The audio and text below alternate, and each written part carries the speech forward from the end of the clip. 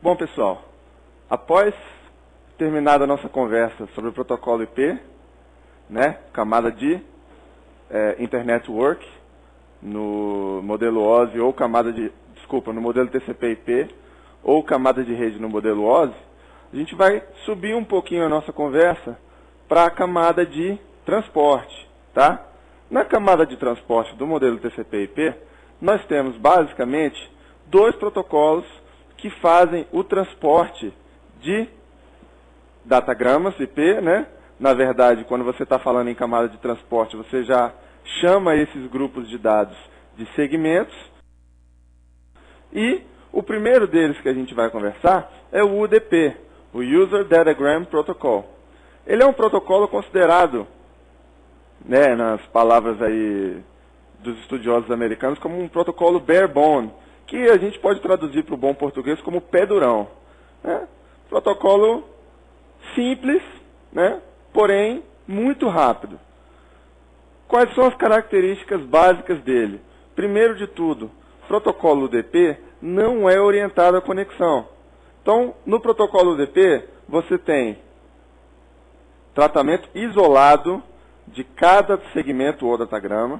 Então, você vai ter o seguinte: pode chegar fora de ordem, pode chegar duplicado sua informação, sua informação pode não chegar, o protocolo não vai enviar reconhecimento de que aquele pacote chegou ou não, né?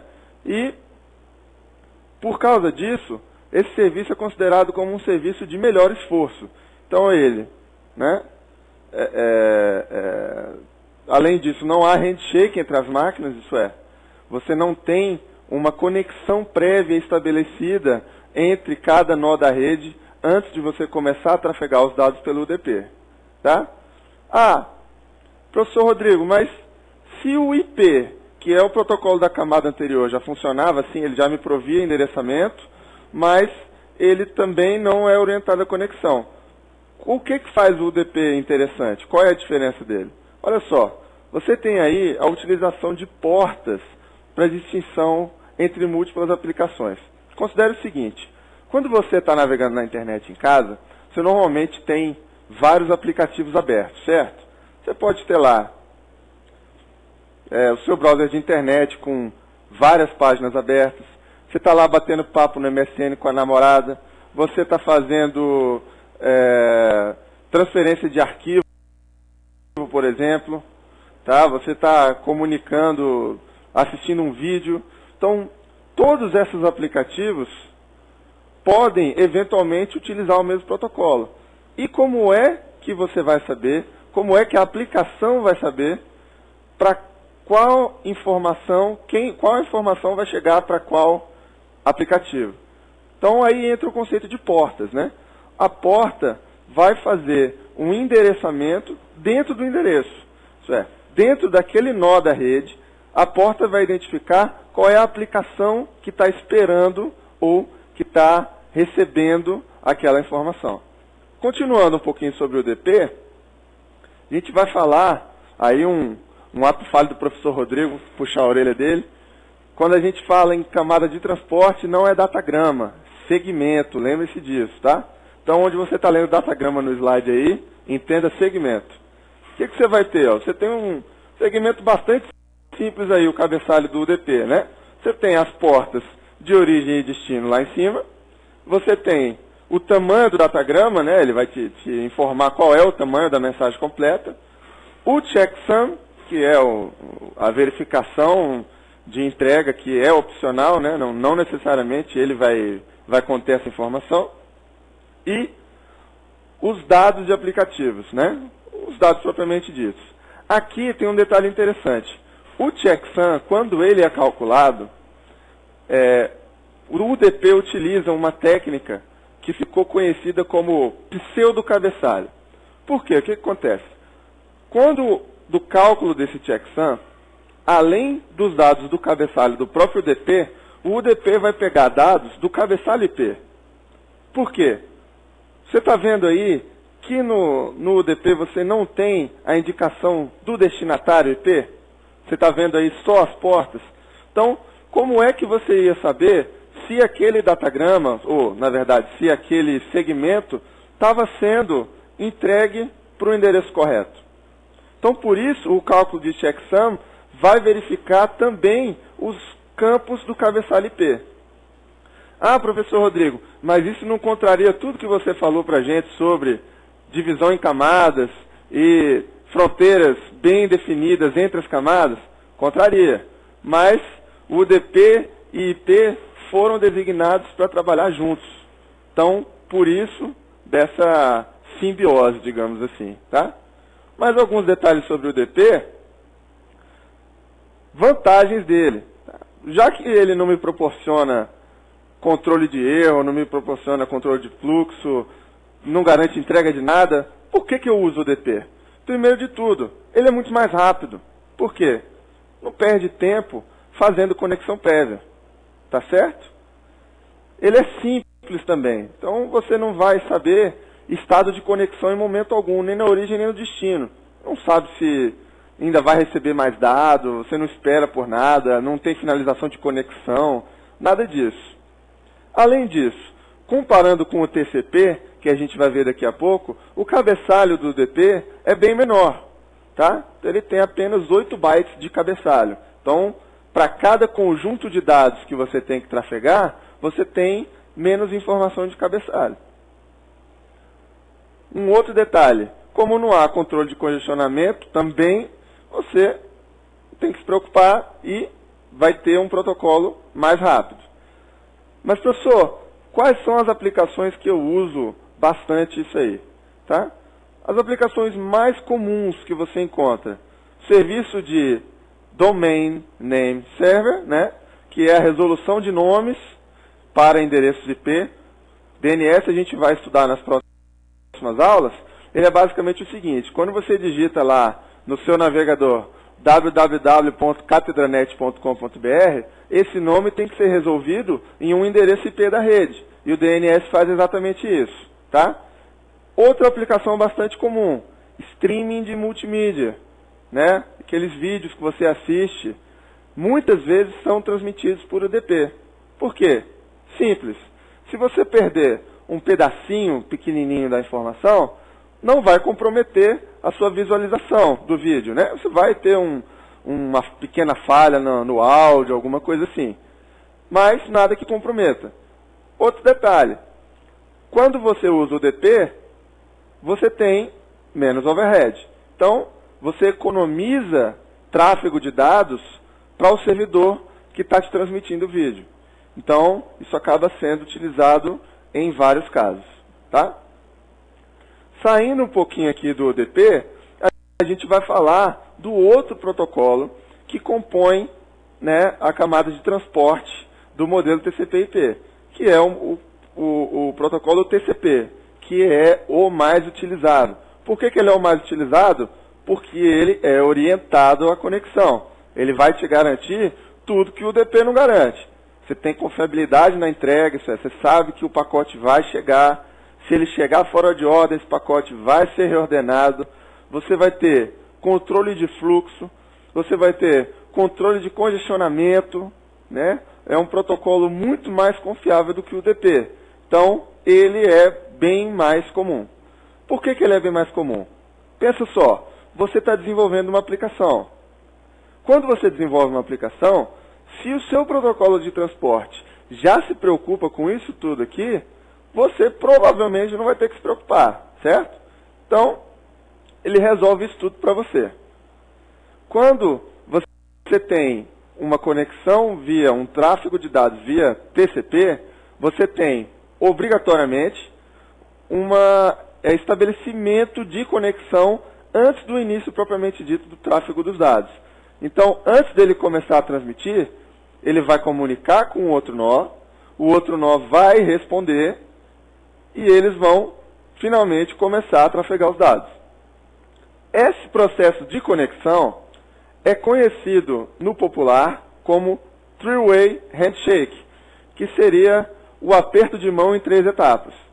Como é que funciona esse Three-Way Handshake aí? Você tem a origem enviando um pacote com a sinalização SYN, né, com a porta de conexão que vai ser usada e a sequência inicial.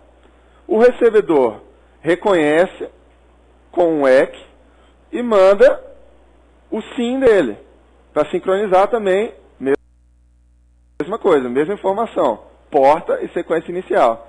E aí a origem vai reconhecer o EC do destino. Como é que isso funciona mesmo? Um gráfico aqui para ilustrar melhor. Olha só. Nosso computador A, passo 1, enviou o pacote SYN para o pacote B. Está vendo lá? Número de sequência 100, controle SYN. Ele recebeu e vai devolver para o computador A a sequência SYN dele, né, o número de sequência do computador B, e vai dar um EC no número de sequência do computador A.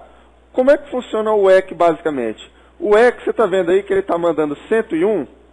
Por que ele está mandando 101? Quando o destino manda um EC para a origem, né, em qualquer uma das direções, ele vai enviar sempre o número de sequência que ele espera receber na próxima. Por isso que ele está mandando 101. E você vai ver no passo 3, logo em seguida, ó, quando a origem recebe o SYN do computador B, ele vai mandar o 101 dele e um EC de 301. Está vendo lá que ele mandou, o computador B enviou uma sequência de 300? Mesmo princípio, quando você manda o EC, você vai mandar o EC com o número de sequência que você espera receber. É o próximo número aguardado. Tá legal? Para você finalizar uma conexão, o processo é bem parecido. A diferença é que, em vez de você mandar um pacote com sinalização SYN, você vai mandar um pacote com sinalização FIN. Tá? E o restante da comunicação vai se desenhar mais ou menos do mesmo jeito. Ok? Continuando com o TCP, TCP trabalha com o mesmo conceito de portas que eu comentei com vocês no UDP, tá? Para identificar qual vai ser a aplicação do nó que está usando aquela porta. Cada conexão de TCP é identificada pelo par host e porta da origem e do destino. Esse par host porta é conhecido por endpoint. Tá? Então como é que você vai saber? Uma conexão vai ter lá, olha só, o endereço IP, vírgula, a porta. Esse é um endpoint da conexão. E você teria o quê?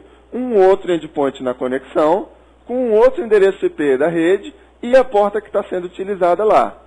Tá? E aí você tem uma conexão interessante. Olha só, você pode ter, numa mesma máquina, várias conexões na mesma porta. Por quê? Porque a conexão é identificada pelo par de endpoints. Então, por exemplo, trocando em miúdos aí no seu dia a dia, quando você está navegando numa página web, a página web, o protocolo HTTP, a gente vai estudar um pouquinho sobre ele também, ele responde na porta 80. Mas ele responde na porta 80 para mim, ele responde na porta 80 para você, ele responde na porta 80 para o Rodrigo que está me ajudando aqui do lado, ele vai responder na mesma porta para todo mundo. Então o que acontece? Lá no host, você vai ter uma série de conexões estabelecidas com a porta de origem 80. Mas o outro endpoint, o outro nó da rede, tem uma identificação diferente. E atenção, isso pode ocorrer inclusive no mesmo host. Quando você está navegando na página, dependendo da tecnologia utilizada, você tem mais de uma conexão aberta para o seu computador. E aí o que vai mudar? Os nós são os mesmos, a porta de origem é a mesma. Vai mudar a porta de destino, que é o seu computador que está recebendo. Então, cada conexão dessa vai ter uma porta de destino com um número diferente, para identificar a diferença no seu processo lá. Tá legal? Ainda falando de TCP, vamos falar do segmento. Nesse slide aqui eu acertei. Muito bem. A gente vai ter, no TCP, vocês vão ver que o segmento possui muito mais informação do que tinha no UDP. Aqui eu tenho, além do número das portas, eu vou ter um número de sequência, eu vou ter verificador para garantia sem erro, que aqui é mandatório, você vai ter um número de reconhecimento para identificar que o pacote foi recebido ou não, flags de identificação, né? Controle de fluxo, informação adicional para processamento urgente. Como assim? Vou mostrar para vocês no próximo slide com o desenho do segmento. Tá? Você tem o padding para que ele fique múltiplo, né? O pacote tem que ser múltiplo de 32 bits para que ele seja processado corretamente. Então o padding é enchedor de linguiça mesmo, ele vai colocar um monte de zero lá. E os dados propriamente ditos. Vamos ver uma fotografia dessa criança. Você tem aí, ó, segmento, porta de origem e destino, como eu falei.